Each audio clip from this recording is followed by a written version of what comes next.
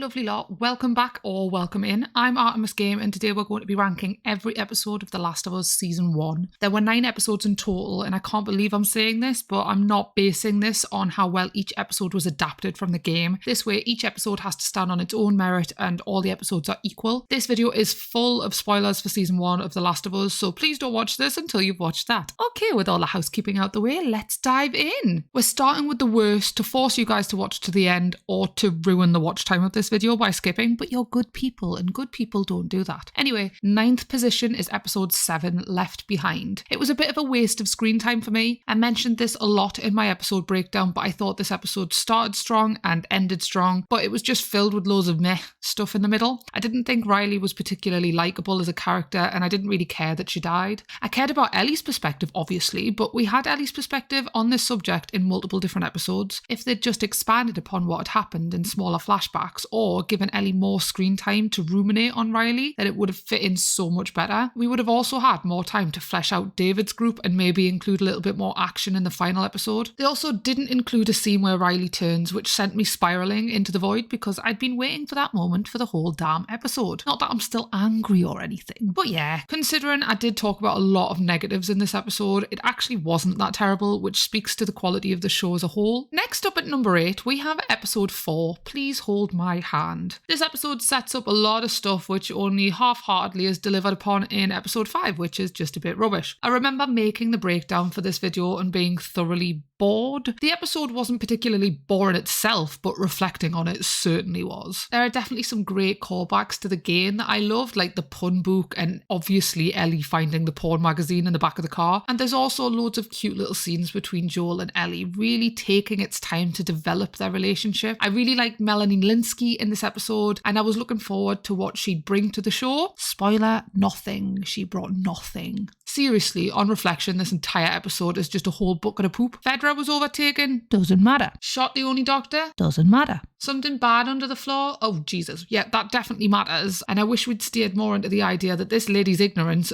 of a big problem led to the entire annihilation of the Kansas survivors. At number 7, we have episode 5, Endure and Survive. The only reason this episode isn't number 8 is this scene. Oh, this scene is just mwah. Again, this has the same problem as the last episode. There's none of that pesky payoff that we usually enjoy when things have been set up. The only thing that is definitely paid off is this leading to this. Again, amazing, well done. But the rest of the episode, while I was hooked the first time, on a rewatch I could happily skip to the last 15 minutes of the episode. Nothing happens apart from Kathleen being stupid, Ellie being traumatized, and Joel being deaf. And yet, the psychological damage caused by the last few scenes in this episode is just fantastically horrifying and perfectly acted. I like the aspect that Ellie and Joel are just passing through other people's depressing lives and are slowly broken down and rebuilt so that only the other person matters. It's really well done. It's just such a shame that this is literally the only scene we have to try and explain all the crazy shit that this mad woman does. It makes very little sense and I'm an anxiety-ridden millennial who needs things to make sense, okay? At number 6 is episode 6, called Kin. It starts off strong with this perfect example of hashtag couple goals. Yeah, this episode is okay. There's a lot of work focusing on Ellie and Joel's relationship. They open up about their hopes and dreams, their wants and their fears, which makes their later falling out more effective. The extent of how broken Joel is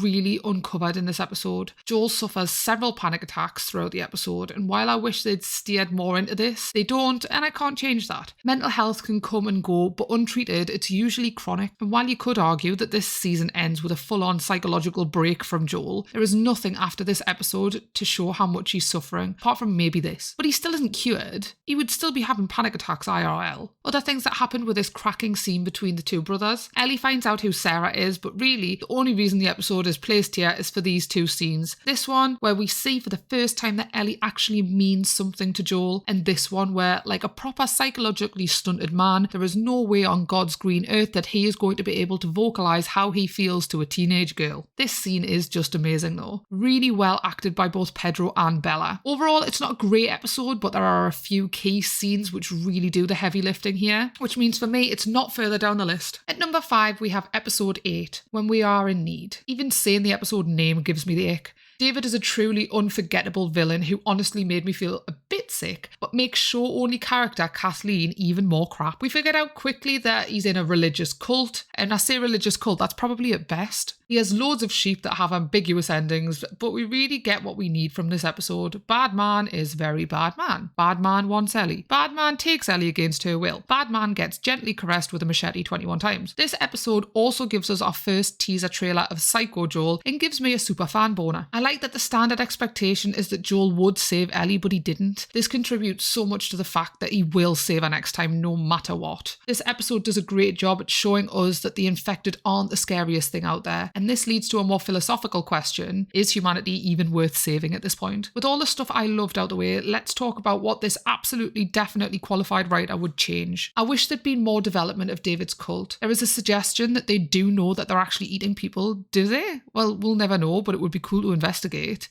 How did they form as a group? How did David establish himself as the dominant figure in this group when there are clearly younger, stronger males who could easily overthrow him? Like, yes, these guys are cannibals, but you don't just choose that if there's another option. Okay, maybe this mad fucker might, but why are Tweedle knee stab and Tweedle pipe to the head so happy to eat people? Or are they? We don't know because we have had 2 episodes not developing this group of people we don't care about, and another episode developing this character in which I would seriously, honestly rather watch season 8 of Game of Thrones than relate to her. Coming in at number 4, we have the pilot episode, When You're Lost in the Darkness. The first episode of The Last of Us had a big job to do, not just to get show-only watchers hooked, but to make a faithful enough adaptation to keep the nerds happy too. It nailed it in my opinion. Honestly, the only reason this isn't further up my list is there's just too many amazing episodes. I adored Nico Parker's performance and, controversial opinion time, I would have loved to have seen her play Ellie. Bella Ramsey is great, no shade there, but Nico Parker is something else. Her performance was just perfect throughout. Honestly, opening with this John Hannah scene was also such a strong move. It's just a great scene which sets up the entire show perfectly. The build up to the fall of humanity is slow and deliberate. It's really well written, and I know I'm just going on at this point, but for the first 30 minutes of this episode, it's just perfect TV. No notes. The second half was still well done and I enjoyed it, but we definitely halted the brakes and slowed everything right down compared to the first half of the episode. I suppose we needed to do this to introduce the rest of our characters and to set up the new world order of things, but I'm not going to lie, I would have loved to have seen the entire first episode dedicated to just the whole breakdown of society. I just want to see it burn. Okay, we're in the top 3 now, and honestly, it got hard to order at this point. They could have all been top for different reasons, and I felt like in the end, it was just nitpicking, so I decided to trust my gut. I digress. Number 3 is episode 2, Infected. Can this whole episode be hooked to my veins forever, please? There are so many great moments in this episode. Dr. Fungi Lady reminding us that the entire world is what's known in technical terms as super fucked was a strong start. Tess is a great character, and it's an amazing, albeit disgusting send-off for her. We got lots of natural world building and exposition throughout this episode, plus some new bits of lore that was show only, which was nice. But really the best scene has to be this one. Holy roly moly. Like, I'll just be repeating what I said in the episode breakdown, but honestly, it's just a masterclass in building tension. The build up to payoff in this scene is nearly 10 minutes long, and I was enthralled the entire time. And it doesn't get less exciting the more you watch it. This was also the first time we'd ever witnessed, in my opinion, the creepiest zombie in the entire collection. Clickers still give me nightmares. My only nitpick about this episode is why did you bother to tell us that Ellie couldn't swim if you didn't include this pivotal point when she drowns in the final episode? It doesn't make sense. Why did you do that, huh? But yeah, apart from that, it's good. It's good shit. In second place is episode 3, Long Time. Oh god, where do I start with this episode? I might cry.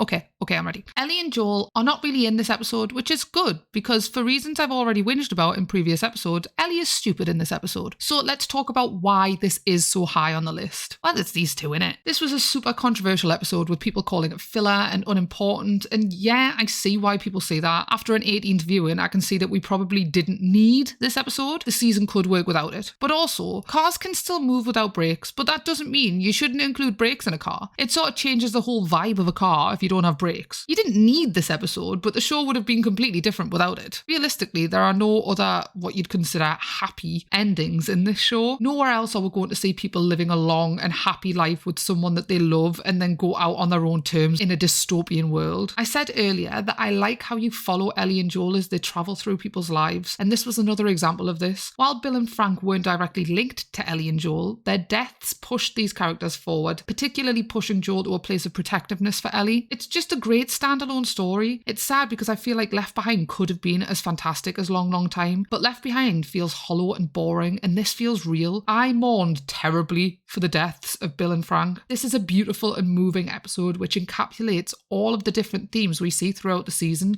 like hope, change, protecting those you love, and the sadness that can come from that love. Honestly, it's such a good episode, and the only reason it's not first for me is that it's actually not got a lot of Ellie and Joel. This does lead us, however, to number 1. And in first place, we have the season finale, Look for the Light. We meet Ellie's mum, Anna, who is played by Ashley Johnson, who's just a great character, and straight away we see the parallels between her and Joel. Throughout the episode, we're reminded that all of the characters that we've come into contact with are multifaceted and colourful individuals, but all of them are trying to decide Ellie's fate for her. It's just brilliant scene after brilliant scene for a whole 45 minutes. I just wish that they'd included more of the action stuff that was in the game. But realistically, the story still gets told without it, and it's still told bloody well. Joel and Ellie are also at their peak cutest. I just want to cuddle them. I won't though. We also get this iconic giraffe scene too, which is pretty cuddle-worthy within its own right. The confession of Joel's attempted self-life-ending stuff is all very well done and shows that Ellie has papered over all Joel's cracks. As long as she's there, he's fixed. Unluckily for all the guys guarding the hospital, they didn't know that, and they'll pay a heavy price for standing in Joel's way. But why is this the best episode? Well, for me, it's because of how much it made me think afterwards. In my episode breakdown, I said this: I have never, ever, ever thought Joel did anything wrong, ever, until now. However, I've watched it a good few times now, and the more I watch it, the more I think, what if it was my daughter? If you look at it through the lens of a parent protecting their child, you want to bet I'd be gunning down those fuckers like John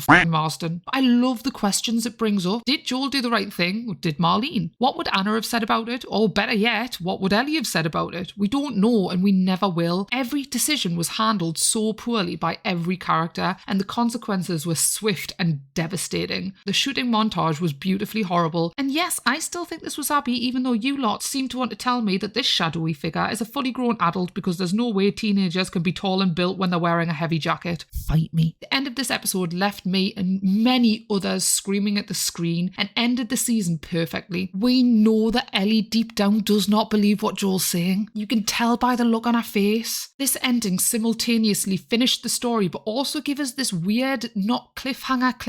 Honestly, I'm so excited for season 2. I've heard rumours they're going in a different direction with The Last of Us season 2 because of how divisive the second game was. If you want to know my take on part 2, let me know and I'll do a video on it. I have no idea what they're going to do either way, but I'm excited. I'll keep you posted if I hear anything else. But yeah, that's my ranking of every episode in The Last of Us season 1. Let me know your rankings or your thoughts in the comments below. And remember, this is just my opinion, so therefore it's indisputable fact. It's good to be back. Let me know what other Last of Us content you want. Anyway, if you've enjoyed my ramblings, press all the buttons, do all the things, and remember I stream on Twitch every Wednesday and Thursday, so stop by and say hi. I fucking love you guys. Okay, bye.